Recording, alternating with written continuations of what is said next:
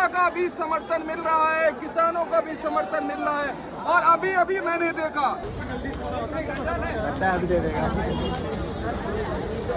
मोदी जी की स्किन खराब हो जाएगी।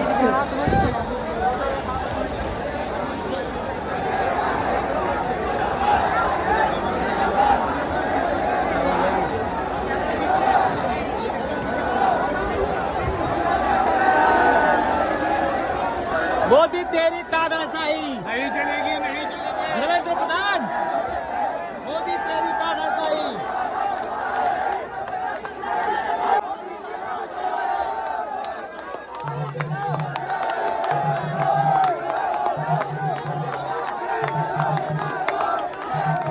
युवाओं का जोश देखिए, जब तक धर्मेंद्र प्रधान का इस्तीफा नहीं होगा हम इसी तरह से आते रहेंगे। कितना लत मारेंगे आप?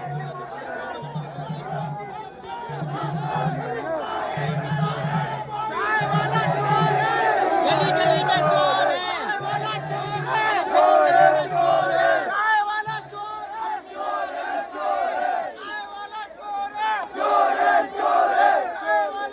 पर रैपिड एक्शन फोर्स और आरआईबी की फोर्स तैयार है।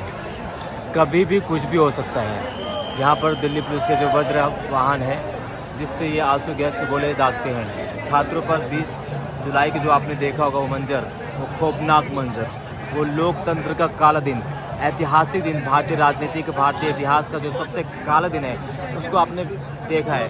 अब आप देख सकते हैं किस तरीके से तैयार है। और ये छात्र हैं इसी देश के, और इस देश के छात्रों के साथ इस तरह से व्यवहार किया जा रहा है जैसे कोई भारत के बाहर के लोग हैं या कोई टेररिस्ट हैं। डिमांड क्या है, मांग क्या है? सिर्फ जस्ट मांग है कि धर्मेंद्र प्रधान का इस्तीफा हो, और वो देने को राजी नहीं है। वो कुर्सी से ऐसे चिपके हुए हैं जैसे फेविकोल से चिपकाए कोई सीट हो।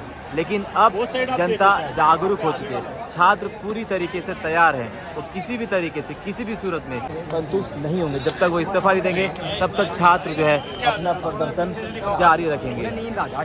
ठीक है, तो आप कुछ भी कर लीजिए।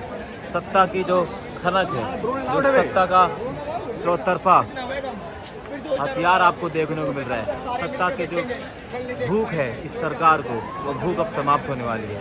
अब देख सकते हैं किस तरह से, ठीक है, ये युवाओं की पूरी भीड़, पूरा हुजूम इस परिवर्तन की ओर अग्रसर है। क्यों? क्योंकि अब परिवर्तन होकर रहेगा। जिस तरीके से सरकार हठ धर्मिता पर उतर रही है, जिस प्रकार से सरकार अपने पूरे अभियान के दौरान, या आप कह सकते हैं अपने हथकंडों के माध्यम से छात्रों के आंदोलन को दबाने का प्रयास करिए। अब ये आंदोलन दबने वाला नहीं है, इनकलाब आ चुका है, क्रांति का बिगुल जो है पूरी तरीके से बच चुका है। हर तरफ से छात्र जो है अपने अधिकार को लेकर उमड़ पड़े हैं। देश के कोने कोने से आप सोच सकते हैं, रात के 1 बजे दुनिया जब नींद की आगोश में होती है, उस समय ये परिवर्तन की खनक पूरे विश्व को सुनाई देगी। जिस प्रकार से भारत 15 अगस्त 1947 को आज़ाद हुआ, अब उसी प्रकार से हम इस सत्ताधारी, इस अधिकार ना देने वाली सरकार के खिलाफ लड़ेंगे, और तब तक लड़ेंगे जब तक हम इनसे आज़ाद नहीं हो जाते, जब तक इनको हम कुर्सी से उतार नहीं देते। क्योंकि अब परिवर्तन का बिगुल बच चुका है, पूरी तरीके से बच चुका है। रात के 1 बजे भी युवाओं को जोश आप देख सकते हैं। प्रधानमंत्री का मुझे वो भाषण याद आता है आज़ादी के दिन, तो उन्होंने कहा था हम ऐसे बदलाव की ओर जा रहे हैं, जो बदलाव हम लाए थे उस बदलाव को संभालना मुश्किल होगा। और सही मायने में 75-76 साल हो गए हमें आज़ादी हुए, और इस 76 साल में हमने क्या देखा कि किस प्रकार से अपने ही देश के नागरिकों, अपने देश के नागरिकों पर, किस प्रकार से अपने देश के छात्रों पर, किस प्रकार से ये सत्ताधारी, ये तानाशाही सरकार किस प्रकार से बर्बरतापूर्वक उन्हें, ये छात्रों की ह्यूमन चेन है, और इस ह्यूमन चेन को क्रॉस नहीं करना है। क्योंकि इस तरफ जो है भारत है, और यहाँ पर देख सकते हैं भारत का एक प्रकार से बॉर्डर कह सकते हैं, जहाँ पर ये सत्ता के जो नुमाइंदे हैं, जो आरपीएफ है, जो सरकार की बातों को मान रहे, छात्रों की बातों के नहीं मान रहे, उनसे बचाने के लिए इन छात्रों द्वारा एक तरीका अपनाया गया ताकि ये जो पुलिसिया भीड़ है उसको ख़त्म किया जा सके, वो इस घेरे के बाहर ना आ सके।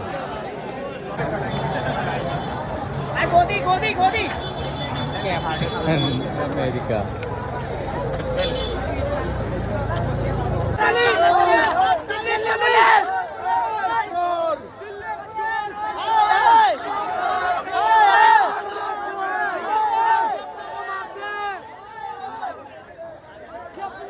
ये है मोदी जी, आपके सताए हुए भारतीय युवा। देखिए किस तरीके से अपना घर बार सब छोड़कर इस आंदोलन में जान फूंकने के लिए सड़कों पर सोने को मजबूर हुए हैं। Just because of you Modi ji, आपने युवाओं को इतना मजबूर कर दिया है कि अपना घर, सुकून, चैन सब कुछ छोड़कर इन सड़कों पर मारे मारे फिर रहे हैं। क्यों? क्योंकि आपने इन्हें कुछ करने के लायक ही नहीं छोड़ा है। धिक्कार है आपकी राजनीति पर, धिक्कार है आपकी सत्ता पर, और धिक्कार है आपके प्रशासन और रणनीति पर और नीतियों पर और पॉलिसी पर कि आप युवाओं की बात तक नहीं सुन रहे और युवाओं को आपने पूरी तरीके से मजबूर कर दिया। ये देश आपको कभी भी माफ़ नहीं करेगा मोदी जी। ये सत्ता की जो खनक है जो आप छोड़ना नहीं चाहते, ये आपकी बपौती नहीं है। इन युवाओं ने ही आपको उस तक पहुंचाया है जहां आप पहुंचने के पहले कभी काबिल नहीं थे। लेकिन आपने धर्म और क्षेत्र और जाति की राजनीति कर कर अपनी कुर्सी जिस तरह से मजबूत करी है, अब वही जातिवाद, वही क्षेत्रता, वही राष्ट्रवाद आपको अपनी कुर्सी से उतार कर जरूर फेंकेगा।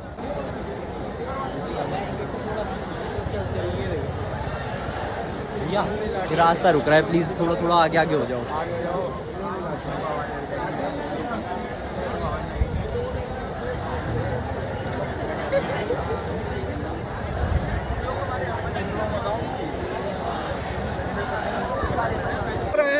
और जनता का भी समर्थन मिल रहा है, किसानों का भी समर्थन मिल रहा है। और अभी अभी मैंने देखा जिस तरीके से महिलाओं का समर्थन, जिस तरीके से छात्राओं का समर्थन इस प्रोटेस्ट को मिल रहा है, अभी तक हिंदुस्तान की तारीख में कहीं देखने को नहीं मिलता है। सत्ता कपकपा रही है, थरथरा रही है। और अभी अभी जो न्यूज आ रही है वो ये बता रही है कि कल सदन के अंदर भी सत्ता पक्ष तैयार हो गई है और मुझे लगता है धर्मेंद्र प्रधान का इस्तीफा होगा। अगर सरकार बचानी है, अगर आपको बच्चों का फ्यूचर का सवाल है। देखिए जेंजीज कह रहे हैं ये उनके भविष्य का सवाल है, उनके भविष्य से खिलवाड़ नहीं हो सकता है। वो खिलवाड़ अब नहीं होना चाहते जो सत्ता की हनक आदरणीय प्रधानमंत्री जी की थी। इन जेंजीज ने ढोल बजा करके इस सत्ता की हनक को हवा में उड़ा दिया है। युवाओं का जोश का बिल्कुल है, ये सुनाई दे रहा है, देख लो ये जोश कभी कम नहीं होने वाला है। जितना मर्जी आप लड़ डालो, जितना मर्जी आप आंसू के गोले दागो, जितना मर्जी छात्रों के सर फोड़ लो, लेकिन ये जोश थमने है। इस थमने को सुनिए, ये क्रांतिकारी इनकलाब की तस्वीर है, ये इनकलाब की आवाज अब कम होने वाली नहीं है। जब तक हमें न्याय नहीं मिला था, आपने सोचा कि आजादी की आप हमें पीछे छोड़ देंगे। कहाँ पर आप देख सकते हैं पूरी तरीके से अपने आप में ये क्रांति है, हर एक युवा क्रांतिकारी है। और इस क्रांतिकारी युवकों को आप चाहे कुछ भी कर लें, जेल में डाल दें, गोलियां चला लें, लेकिन हम रुकने वाले नहीं हैं, रुकेंगे नहीं, हम बिल्कुल भी नहीं रुकेंगे। कितना ज्यादा आप मारोगे, कितना मारोगे आप हमें, कितना मारोगे। हर देश का युवा, एक एक युवा आज सड़क पर उतर है, सिर्फ और सिर्फ आज आपकी वजह से। क्यों? क्योंकि आपने उनकी नहीं सुनी, आपने उनके अधिकारों की मांग को नहीं सुना। आपने धर्मेंद्र प्रधान का रिजाइन अभी तक नहीं मांगा।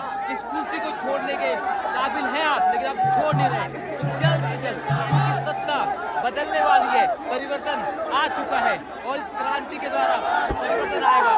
उस परिवर्तन को आप कभी भी भूल नहीं पाएंगे। आपने पूरी तरीके से इस आवाम को, इस जनता को बर्बाद करके रख दिया है। तारीख बदल जाएगी, दिन बदल जाएगा, लेकिन युवाओं का जोश कम नहीं होगा। रात के 12 बजे को जंतर मंतर पर आप देख सकते हैं किस तरह से युवा अपने अधिकार को लेकर, अपनी मांग को लेकर डटे हुए चट्टान की तरह।